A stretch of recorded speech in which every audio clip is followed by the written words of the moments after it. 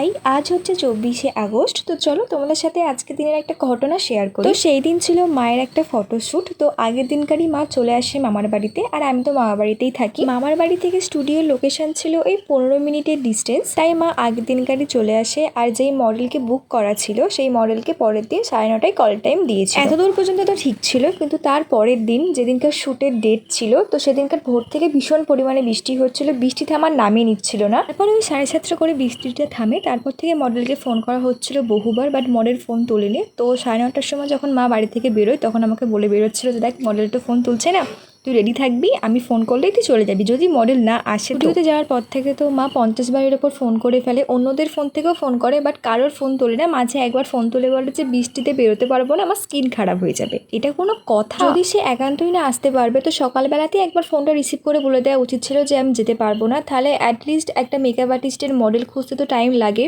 তো 2-3 ঘন্টাতেও মা টাইম পেয়ে যেত যে একটা মডেলকে বুক করার জন্য। এই ছিল আজকের একটা ঘটনা। তো যাই হোক, 11:15টার সময় মা আমাকে ফোন করে বললো যে তুই চলে আয়, মডেল আসছে না।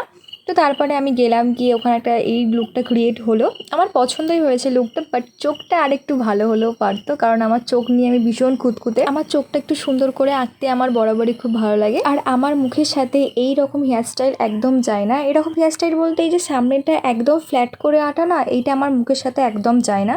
তো তারপরে আমি আমার বেস্টটা দিলাম ওখানেতে। তারপরে এখানে এখন মেকআপটা রিমুভ করে এবার আমরা বেরিয়ে পড়বো বাড়ির দিকে। তারপর তো আমরা চলে এসেছিলাম কালীবাড়িতে। এসে এখানে আমরা ফুচকা লাইনে দাঁড়িয়েছিলাম, কারণ এই দোকানেতে তুমি যাবে, গিয়ে সঙ্গে সঙ্গে ফুচকা পেয়ে যাবে, এটা তো হতেই পারে না। তো তারপর ওখান থেকে আমরা ফুচকা খেয়ে চলে এসেছিলাম বাড়ি। তো আজকের ভিডিওটা এতটাই।